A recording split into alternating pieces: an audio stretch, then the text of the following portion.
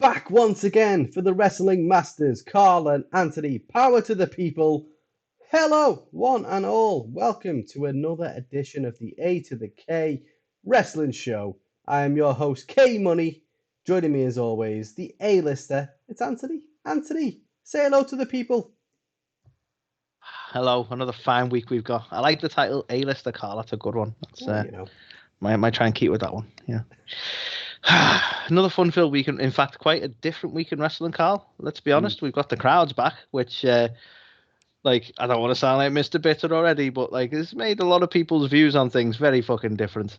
But it's gonna be a fun discussion, a fun week. Totally unrelated to the show, but AEW's GM game's out now as well, Carl. So for those who haven't checked it out, check it out. It's alright. That's it. Thank you, Tony. It's alright. For all the money to promote the game. I'm just saying it's out. Some people might not be aware of it, and it's probably worth a nosy.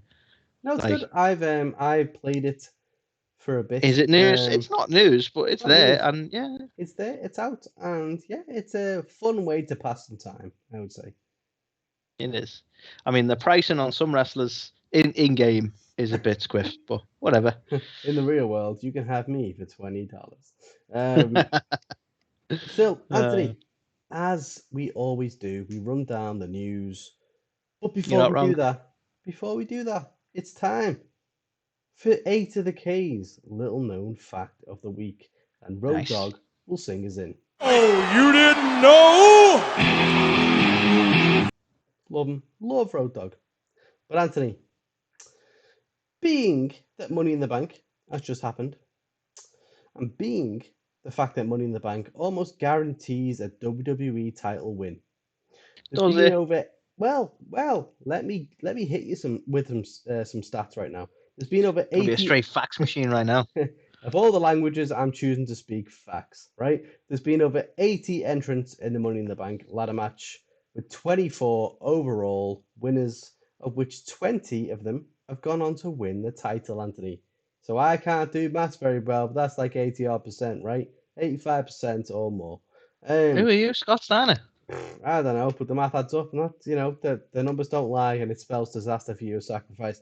But did you know only one superstar has won their Money in the Bank cash-in and not won the title?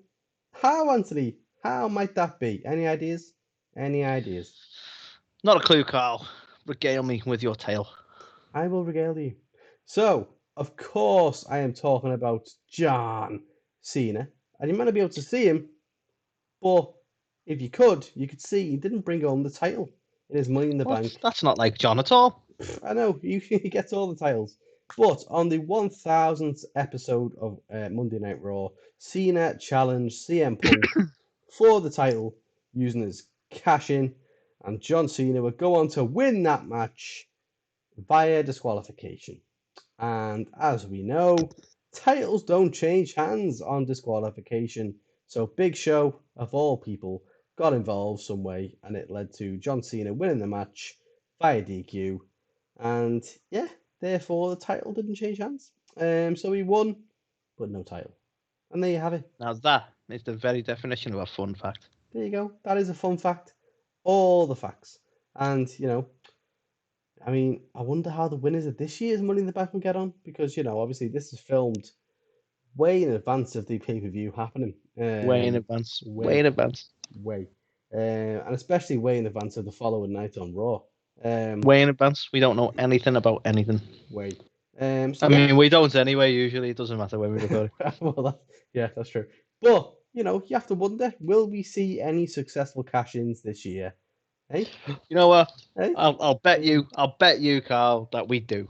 I'll bet you £100 right now that we do. Those fine English pounds. I'll take them odds.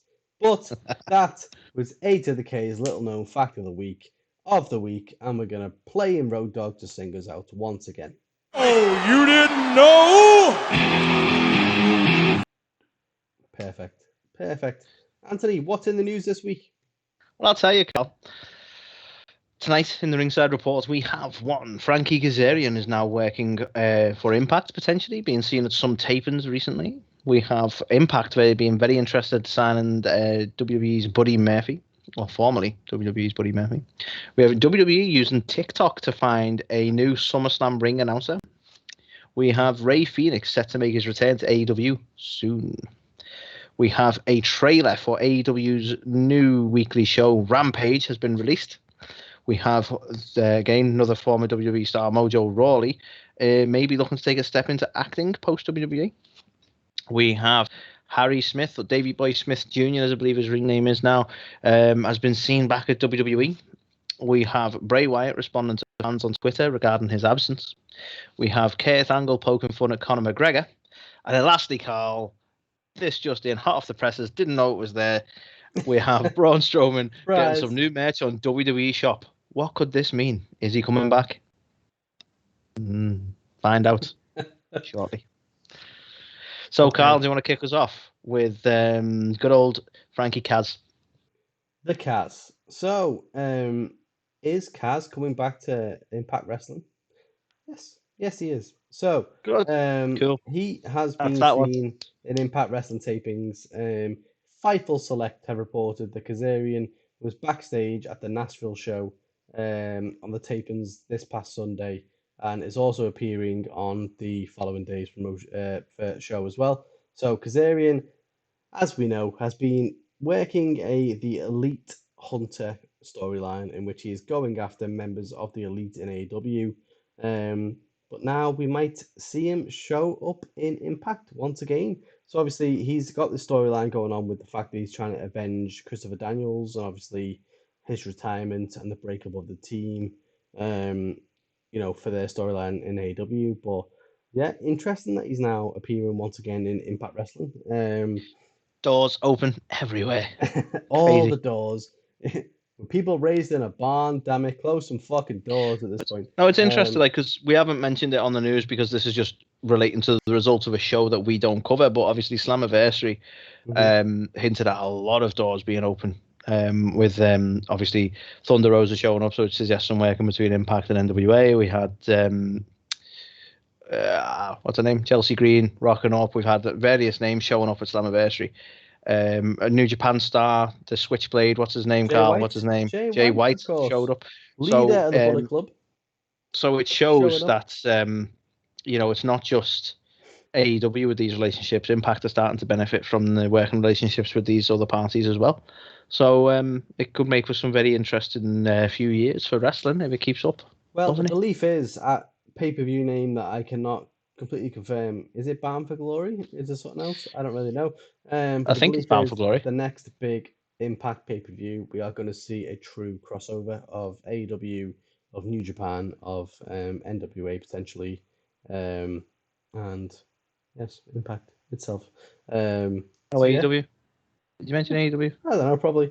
All of them. Okay. All of them that aren't WWE. All the shows. They're all rocking up. All doing some shit.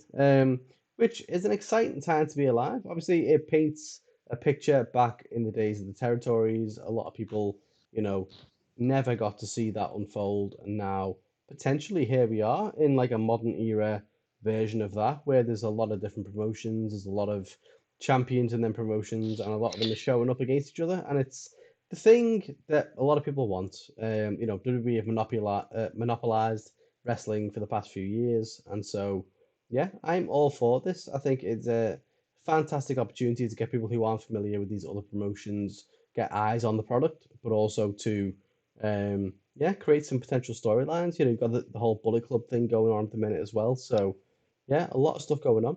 Fair play to Impact. I think you've mentioned before about like New Japan kind of melds well with the likes of Impact and the likes of AEW and their style of wrestling. So it kind of works, doesn't it?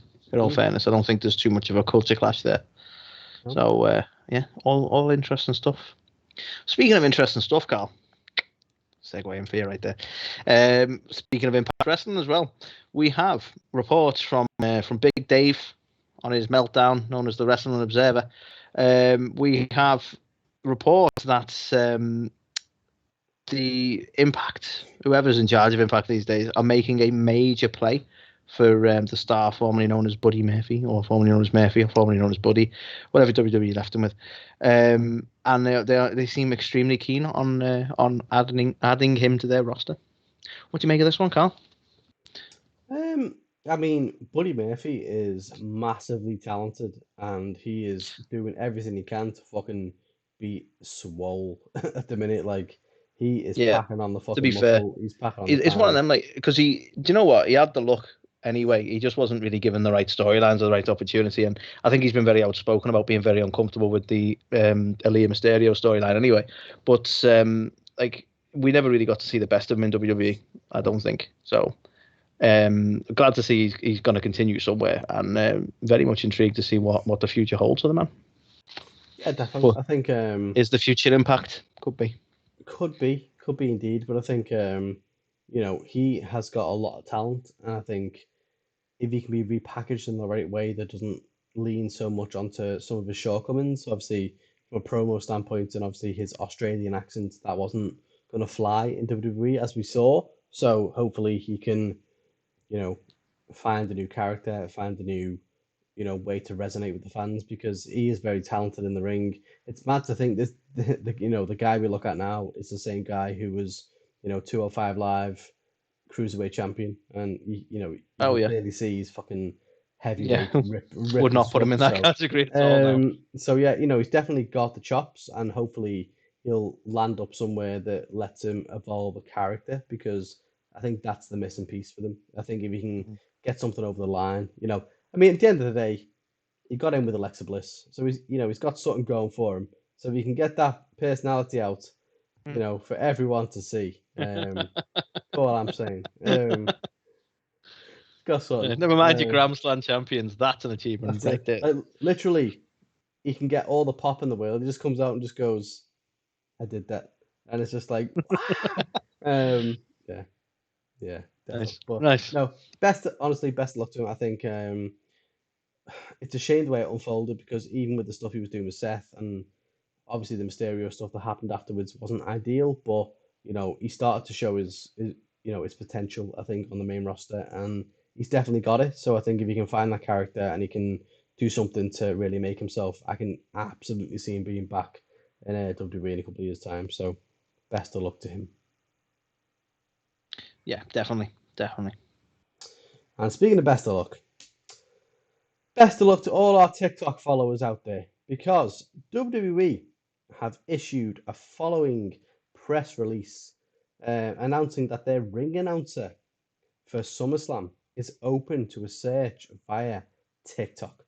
So they're going to be launching a search for the next great ring announcer on the TikTok platform. Users can upload their most entertaining videos using the hashtag WWE Announcer Contest, and the best performers will earn a trip to SummerSlam at the Allegiant Stadium in Las Vegas on Saturday, August 21st, where they will serve as a ring announcer for WWE's biggest event in 2021. And yeah, so I'm not going to say the last bit, because that one seems even more advertising. And the search is presented by Pure Life Purified Water. Like, okay, yeah, everyone's water. But yeah, no, interesting approach, I think. Obviously, TikTok is a platform that is close to our hearts. It is one of our biggest growing platforms, and we have a lot of fans on there who listen to the show. So yeah, anyone who wasn't aware of this contest, hopefully listening to this, you will now be aware of this, and definitely we encourage you to enter. We may even enter ourselves. Why can't we enter, Anthony? I want to be on SummerSlam. Have we got the voice for it? Ladies and gentlemen, let's start it, boys, girls. Something different, I think. It's like the next fella coming down to the ring. And this guy, who the fuck's that guy? I don't know. Yeah, this guy, he's good. Good, Mason. Yeah, sorry, boss. Yeah. It's Brock Lesnar, isn't it? Anyway, Yeah, I mean, we could put our bid in. We could try and do our best ring announcer voice, but I am intrigued. I'm going to be looking at some of the entries because obviously there's a particular hashtag they want you to put in there. So obviously we can have a look at that and see what people are putting out there.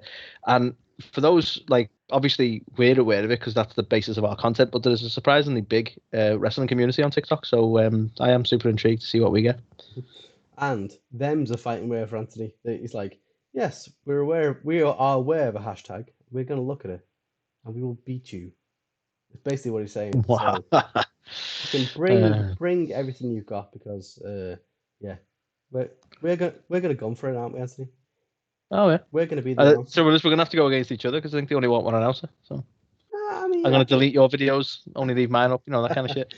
I mean, I'm pretty sure it was 2, so I think we can convince them. Okay, but you have to be the Spanish one. See. Yeah, so that is an interesting one to say the least. And as long as we don't how do I put it?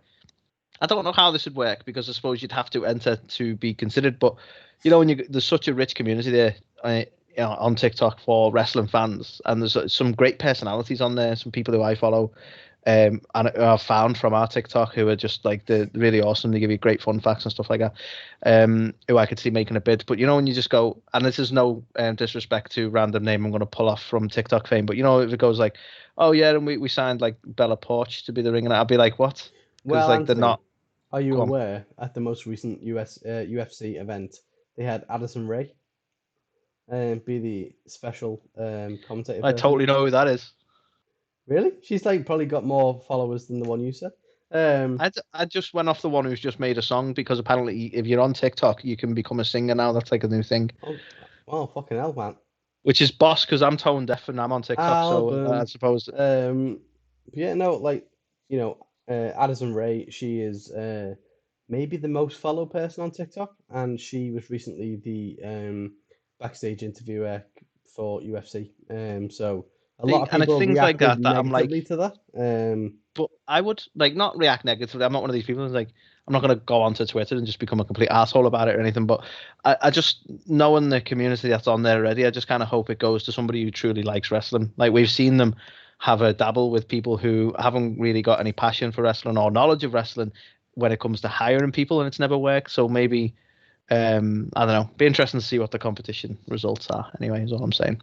I hope they don't just mask it as a competition and then pick someone with like really big following to try and get that younger crowd. Is all I'm saying. Which they definitely will. Okay, so next on the list. Okay, so next on the list, Carl, we have one Ray Phoenix who has been missing since Double or Nothing. Carl, have you seen him? No. Who's that talking about this guy? Oh no, it's Ray. Yeah, sorry, Phoenix. No, he's rising from the ashes, Carl.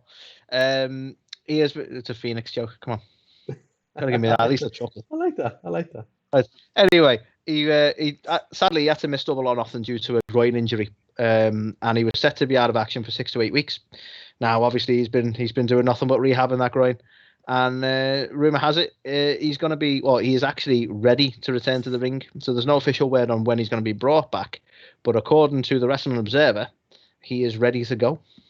So great news, to be honest, because I think we were really enjoying his work. I think he was starting to really come into his own in AEW and then unfortunately suffered that injury. So yeah, I'd be glad to see him back. I don't know if they're going to hold off for a particular pay-per-view or maybe even the start of Rampage in August. I don't know, but excited. All good stuff. He's on he is mended, fully mended, and he can come back. Yeah, I think he's been a pretty big miss, to be fair. It's mad. More so than you like. I don't want to disrespect when I say it, but more so than you realise. Yeah, I mean, do you know what I mean? Like him and Pac, like Pac's is like gone missing again, which is weird.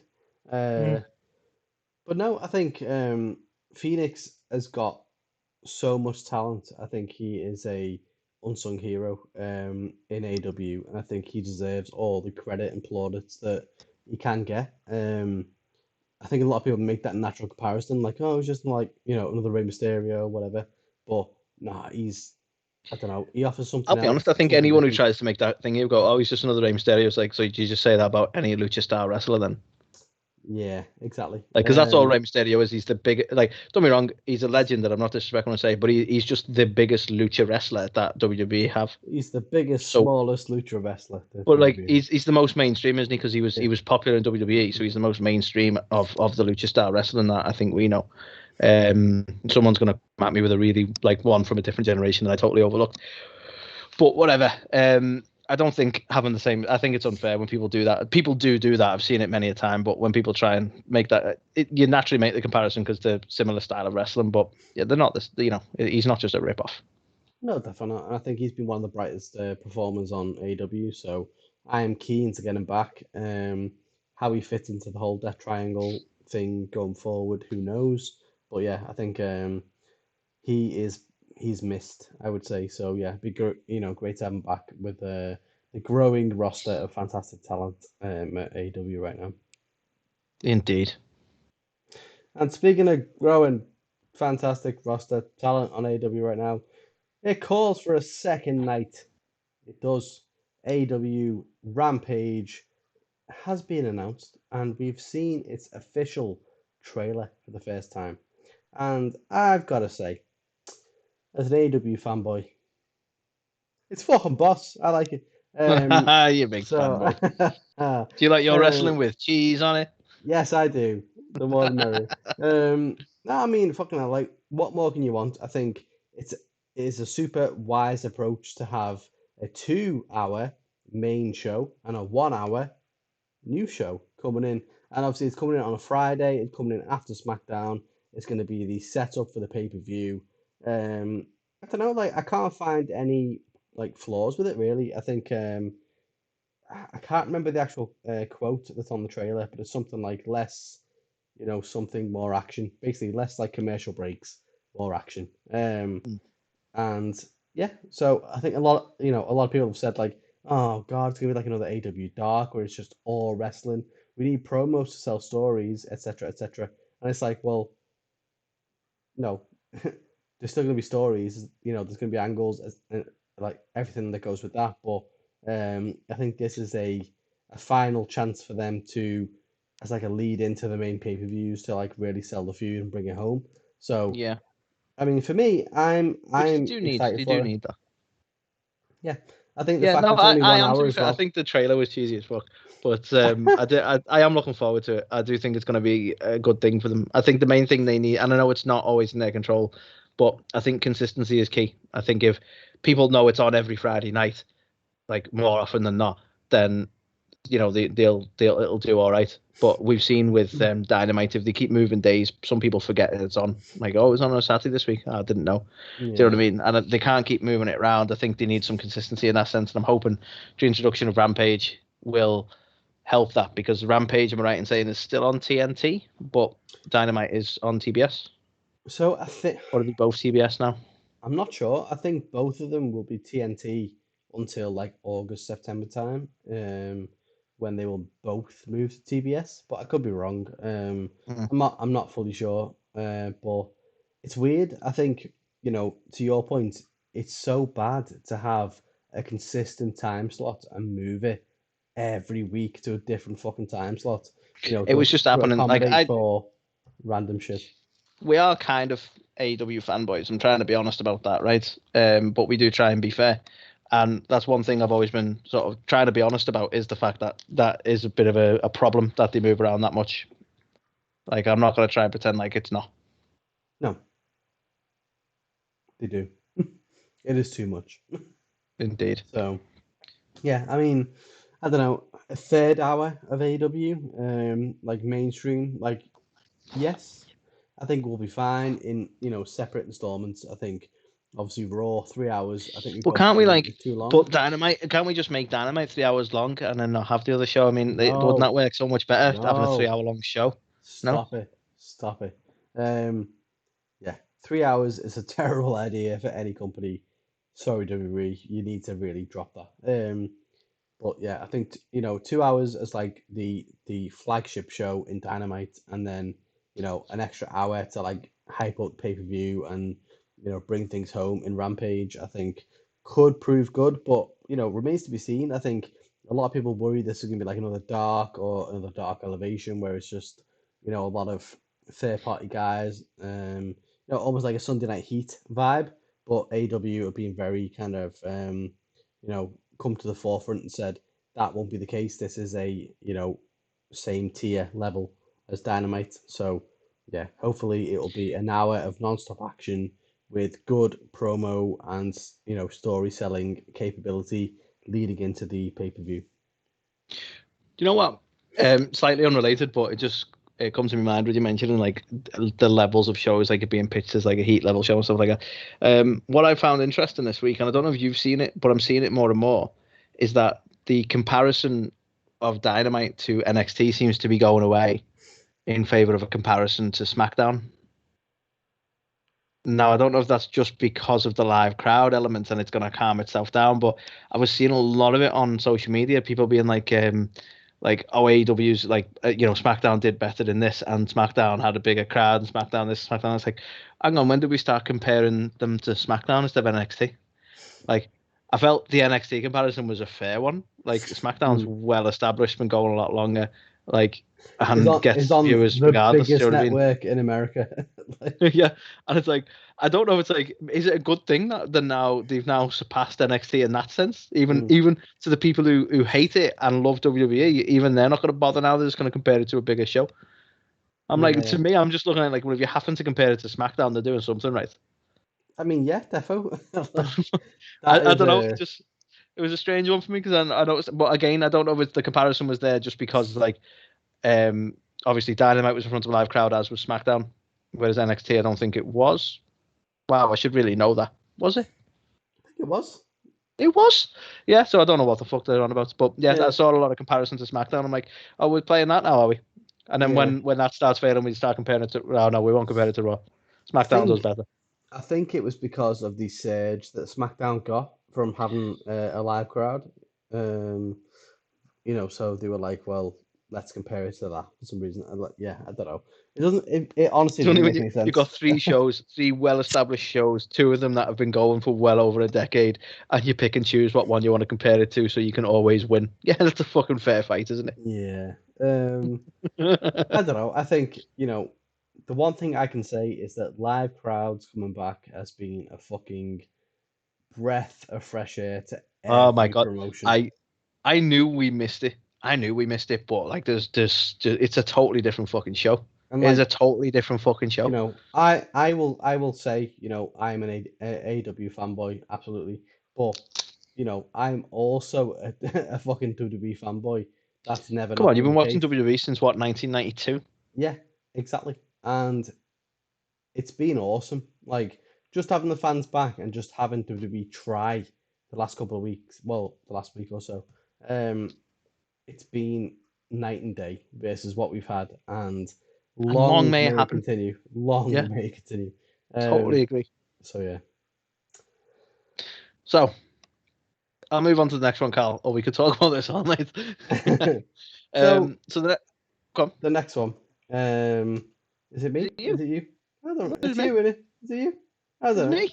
We're talking about Rampage. I know we ended up talking about SmackDown. Yeah. We were talking about Rampage. I was setting you up. Me? So the next one. My time now. Next one.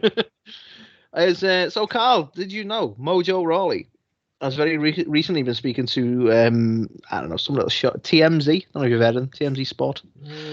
TMZ Sport about obviously his. Apparently, I don't know. I just thought they were all gossip, but whatever. And yeah, they've been speaking about his post WWE career having been released quite recently. I think in the most recent bout of releases. And they said to him about, is he going to be returning to the ring, that sort of thing. And the first thing I'll say is that he said right now he's going to take his time, enjoy the freedom, and do a little bit of everything. He's just going to dabble. He's going to set some things up. But he did make it clear that he will return to the world of wrestling. The interesting thing that come from it was the fact that one of the things he hinted at doing before he returns to the world of wrestling is getting more into the acting space. So, Calm, would you like to see Mojo Rawley in your favourite sitcom? No. Nah, me neither. But now, of course, I hopefully in whatever he wants to do, you know, I like it when someone's a dreamer. If he wants to try and achieve something and go for it, then fucking go for it, Mojo. All the support over here. But yeah, we might not be done seeing him in the ring, but it may not be anytime soon because he's gonna try some other avenues for a while first. Yeah, not much else to say. Unless you want to jump in there, that's all we need to say about Mojo. What else can you say? No, I think obviously he did resonate with a lot of fans, and you know his release came as a shock to a lot of people. Well, I think you hadn't seen a lot of him in the ring, but I think you rightly made the connection that he seems to do a lot of WWE's like charitable work and meet and greets and stuff like that. Like he was big with WWE for a lot of that sort of stuff and a lot of their PR elements, which I never picked up on. But you're quite right, he was there for a lot of that stuff. So the release is surprising, even though we didn't see him in the ring a great deal. Yeah, and I think he never really got the opportunity to shine as a character in WWE. So I think the biggest he got was in the Hype Bros, wasn't it, with Ryder? Yeah, so he might have some proper acting chops. Like we have no idea. Maybe. I mean, other than being mates with the Gronk at WrestleMania, I think that was about all he got really push-wise, wasn't it? It was the Hype Brothers and the Battle Royal. Didn't he win the Andrade Battle Royal once, actually? The Andrade Battle Royal, yeah. Was it that one? The Andre? The Andrade? I didn't even know that one. That guy has come so far. He's got his own Battle Royal. Yeah. That one. Yeah. AEW's Andrade Battle Royal. He competed in that, didn't he? You know what? I hope they fucking do that just for like shit and gigs. So I'm so sorry about that. The Andre the Giant Battle Royal. He did win that. He might have done, yeah. Obviously he was like a host of WrestleMania. He had the whole WrestleMania moment with Gronk and stuff as well. So yeah, I don't know. I think it's weird the fact that he's gone, and it's even weirder to hear that he might just be leaving wrestling and going into acting. So it's one of them, who knows? He could turn out to be something amazing, and if that's what he wants to do, then as you said, all power to him, and hopefully. I've heard some people say he might be the next Rock. Yeah, I think it was him who said it, but. No, I don't mean to. As I say, if that's what he wants to do, more power to him. Yeah, definitely. So the next one was a bit of a surprise for all of us. Me and Anthony, being from the UK, being massive Davey Boy Smith fans, having previously I dare say, Carl, not just Davey Boy Smith fans. We're fans of the Smith family. Let's be honest. We're fans of the Smith and Hart family. We recently, it wasn't that long ago, we had Georgia Smith on the podcast. To us, damn it. And Georgia, we class her as a big friend of the show. She's fucking cool as shit. And just downright awesome person. And she had alluded to a couple of months ago, something was on the horizon for, Harry, Davey's son. And obviously we had the Bulldog induction in the Hall of Fame that was postponed. We had a lot of stuff going on. And then out of nowhere, shocking us all, the first show back in front of fans, the dark match for that night happened to be a returning Harry Smith. Which is crazy that he did it as a dark match as well. Like, that's so insane. Dark match, like, wow. But, it's then gone on to be featured on WWE.com. And Harry had his own promo on there, basically kind of talking about the reasons that he's back. And ultimately, yeah, I think he's been pretty candid. He said, it's great to be back in front of the live WWE universe. The atmosphere, the ambience, the energy that you get from a live audience, nothing can touch that.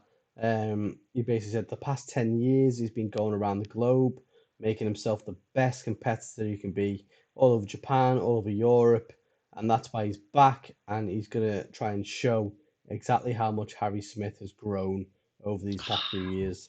I'm so fucking excited for it, to be honest. Like, I don't know how you feel about it, Carl, but like, just because of the Davey legacy, like, WWE is the right place for Harry. Yeah, I mean, I think we all. I love AEW, but WWE is the right place for Harry. Yeah. Like, I think we spoke about this, like, obviously, and I have no idea what episode we've had that many, but we spoke about this at length, and I think we both agreed that AEW will be cool for him, but WWE is where he should try and get back to. Obviously, Tyson Kidd in that kind of producer role. Natalia is still there. Georgia has got links with it. It's just the right fit.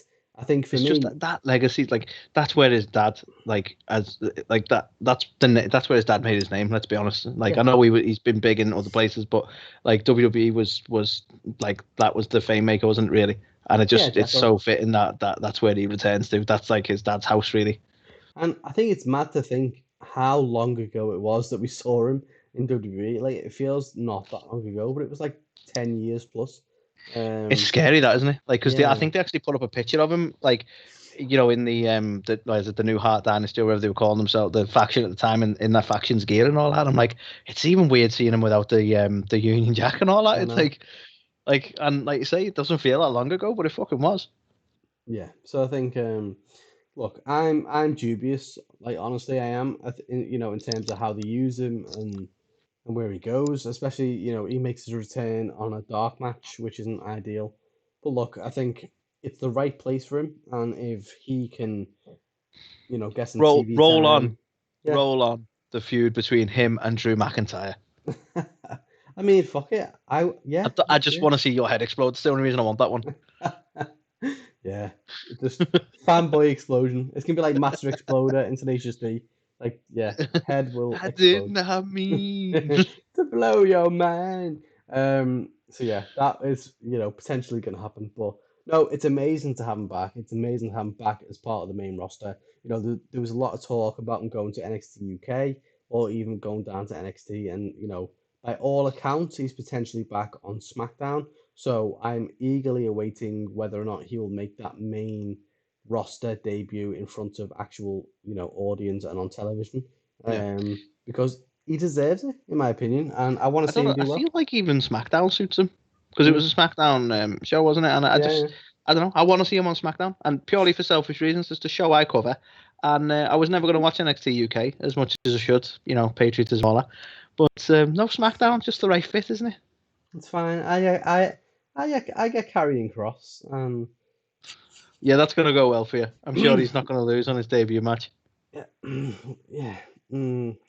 So, yeah. Anyway, sidebar. Exciting stuff is the main message with that one. Yeah. Can't wait to see him do some good stuff. Hopefully, he gets the TV time that he deserves, and hopefully, this is the time. I don't mean no disrespect to the Hart Dynasty here, Carl, or Natalia, when I say this, but I really hope they lean towards exactly what he's doing with MLW and what he's been doing on the indies, and they leaned into the Davey legacy. Yeah, I mean, and because like that's some of it for me, like some of the nostalgia, like the attire he wore in that dark match was the Union Jack stuff, wasn't it? So yeah, it just makes it, to me, that just makes it half of it. I don't want to see him suddenly in the pink and black and teaming up with Natalia just because there's like that family connection there again. I want to see them like push him as a single star with that Davey legacy. Yeah, I think the fact he's back as Harry Smith is giving me optimism. I think he's not come back as like Curtis Axon, for example, where he's clearly fucking Hennig's kid and he's like got a legacy. But no, he's this random guy. No, he's come interesting. Back do you reckon he is going to come back as Harry Smith, or do you reckon he's going to go for like Davey Boy Smith Jr.?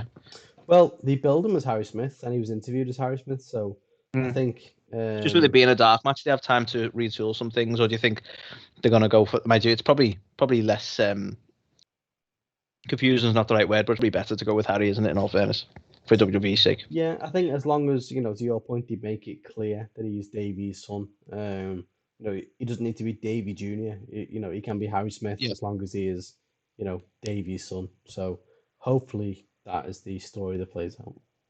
Yeah. Anyway, exciting stuff. Mm-hmm.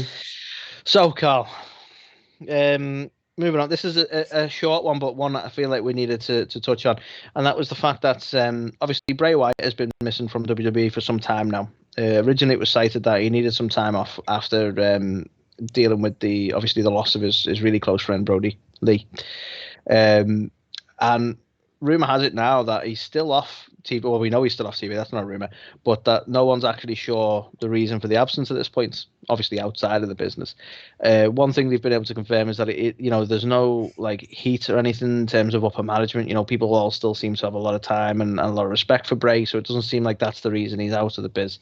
But basically, this whole sort of story's come about because he's had a lot of fans. But one example. One of his fans put up like, "We miss you, Bray, forever and always. You are our leader." But he's getting a lot of like, fan tweets and stuff like that because they're starting to like really miss him and notice his absence more and more. So, Bray took the time to respond to that particular example I gave, and he's put, "I miss you guys too, believe me." And then obviously that starts the whole speculation thing again of like, "Oh, is he coming back? Why is he not there?" Etc. Etc. Now, the reason it needs to be mentioned, Carl, because it is just people missing him and him not being on the air, but. By all accounts, Wyatt is scheduled to appear at SummerSlam. So, and I'm just wondering what you think of, like, do you think we potentially see him return soon, potentially in August? Because the other suggestion is that he's being included on advertisements for Raw in August. So, what do you make of this? Do you think we're going to see The Fiend return? Do you think like this may just be WWE's planning ahead and may not be, this is definitely going to happen because we've seen stuff like that before? Or do you think this might be this is it? This is him coming back? I mean, the tweet itself harks very closely to the kind of thing that Big E was doing, where it's kind Big of E? a lot of, Keith Lee. It rhymes. Big Lee. Yeah, Big Lee. So obviously Keith Lee had similar stuff where he was off TV for a while and he was posting tweets of like, "Oh yeah, oh I miss you guys, I wish I could be there," with like giving nothing away. And then obviously Bray has been away for a while and there's been a lot of speculation that he's been struggling to cope with the loss of Brody, and that being the main factor. But yeah, I mean, I don't know if he's now scheduled to come back, like. What is this tweet trying to convey? It's hard. I think, is he in character? Is he playing a game? Like no one really knows. And also on top of that, is he going to be back as the Fiend? Is he now just Bray Wyatt? Is he old school kind of I don't know, and there's literally no reason for this speculation on my part, but I've got a feeling he's going to be back as Bray Wyatt. I think especially with the Alexa stuff and her taking the helm with the sort of creepy angle, I think the Fiend's not going to be a thing for a while. I think he's going to come back as Bray Wyatt. I mean, the problem we have is how do you bring him back today? Because well, I mean, we follow exactly what you do with Keith Lee, and you bring him back to fight Bobby Lashley and lose quite quickly. Well, yeah, I mean that is the formula. But and say nothing. I mean, to be fair, Alexa has basically taken that gimmick and gone on to do her own thing. So I can't. Well, that's the thing. Alexa's so far away from the Fiend thing. Like there was a point when you could have gone, Fiend will come back and he'll come back for her and he'll like take the mantle back or whatever. But it's gone so far away from it now, it'd feel really out of context. Yeah. So it's like, and you sent me something the other day that suggested that they might be going towards a Alexa Nikki feud based on the good versus evil kind of thing, which would be interesting in all fairness. Well, yeah, I mean, obviously every superhero needs their Joker or whatever is the phrase.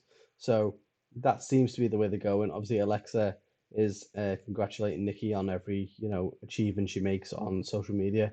So it seems to be like, well, is that setting it up in its own right? But yeah, for me, it's weird because Bray was so good as the Fiend, and he finally found his character.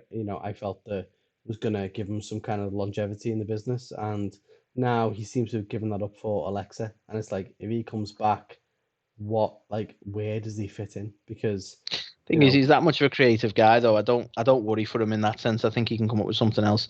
I think people will be wanting the Fiend. That at some point, it's like the Undertaker, isn't it? The Undertaker was the American Badass for that long, but the original Undertaker came back. I don't think we're done with the Fiend. I just don't think he's going to come back this time with the Fiend. Do you know what I mean? Do you think he's coming back under like a new gimmick, or as Bray Wyatt, like Firefly Funhouse kind of guy? I think it might be somewhere between the Firefly Funhouse Bray and not fully Swamp Bray, I don't think we're going to go right back to that original gimmick, but I think he's going to be somewhere between the two. I don't think he's going to be the sort of Mr. Rogers character either. Do you know what I mean? But so a guy who talks way too much and like rambles on, but he has puppets. no, I think that's the thing. I think he's going to drop the puppets, but he's still going to similar in appearance maybe. I just don't think we're going to get the Funhouse segments or anything initially. I think he's going to come back as a wrestler and have a few matches, and we'll see where we go from there, and let him find his feet again. Nice. Could be wrong. We'll see. We'll see come SummerSlam. We will. Okay, your turn. Oh, was that you? Oh, What am I talking about? Oh yeah. So, Conor McGregor. If you saw UFC the past glass week ankles or two, himself. He is one of the many UFC fighters to suffer a breakage in the middle of the octagon and Look render nasty, him that too. unable to continue. He broke his ankle, which isn't ideal. But our Olympic hero and yours, He was a fucking legend. he's a fucking legend, has come out and commented on this and said, so, Conor McGregor broke his freaking ankle this past weekend. Big deal. I break my ankle all the time. I broke my ankle this morning and I'm jumping around right now. I won a gold medal with a broken freaking neck too. Like, it's so fucking... I fucking love Kurt. It's so good. Like, I think anyone who knows Kurt, any injury that comes up in, like, world sport or anything, he will comment on it, but in a way that makes him, seem like a fucking legend. And he is a fucking legend. So a lot of people saw this tweet and were like, oh, what does this mean? Like, Kurt Angle hates Conor. And, they were reading a lot Angle's into having a laugh. Jesus Christ. Like, that is his thing. That is his bread and butter. He won an Olympic gold medal with a broken freaking neck. Like, that is his thing. So anyone who's... His name's Kurt Angle, and what the heck? Exactly. I'm so tempted to do it.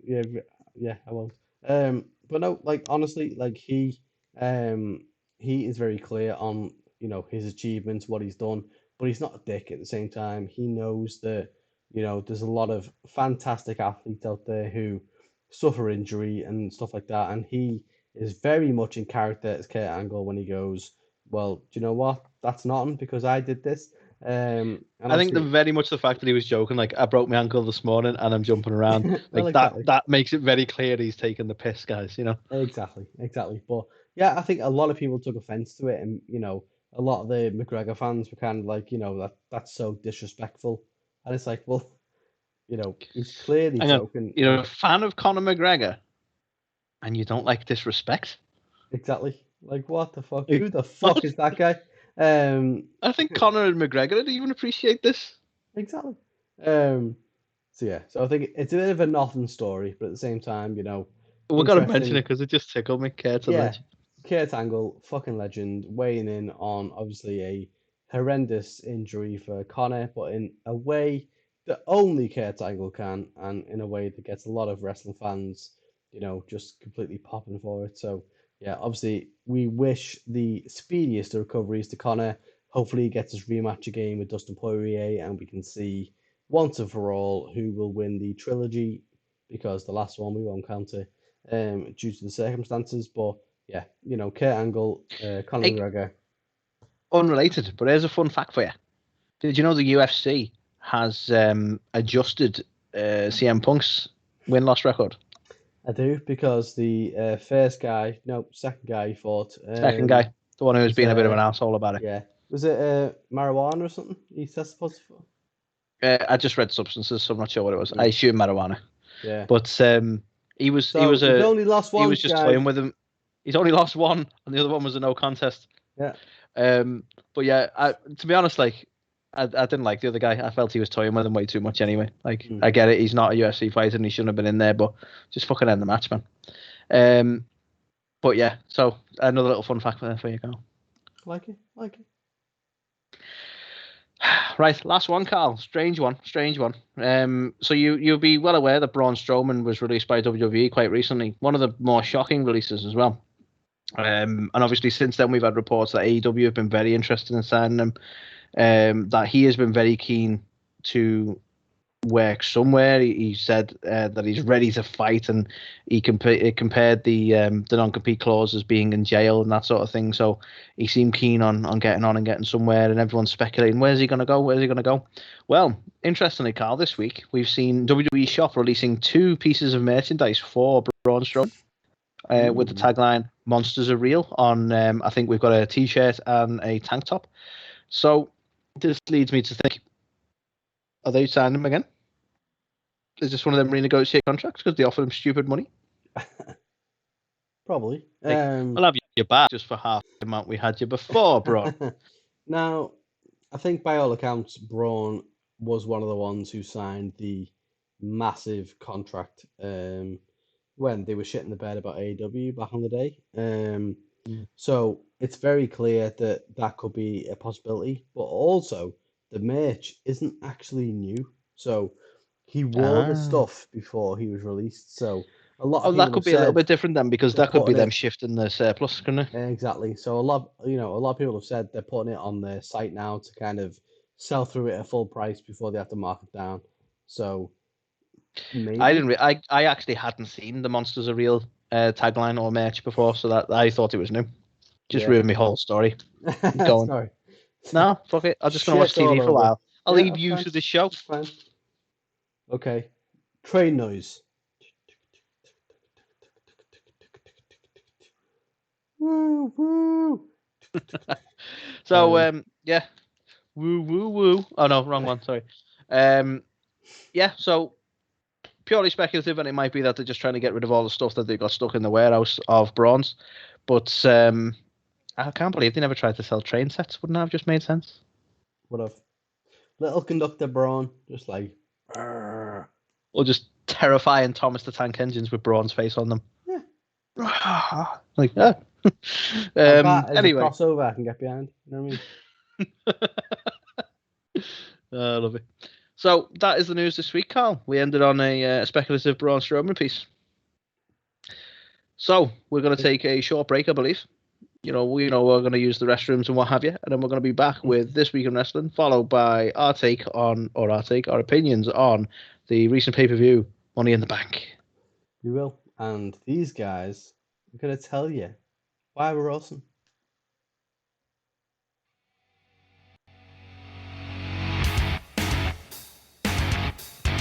You're watching or listening to A2theK. The A2theK. A2theK. A2theK. A2theK. A2theK. These guys are awesome. Check it out. Check it out. Change your life. You'll be thanking me later.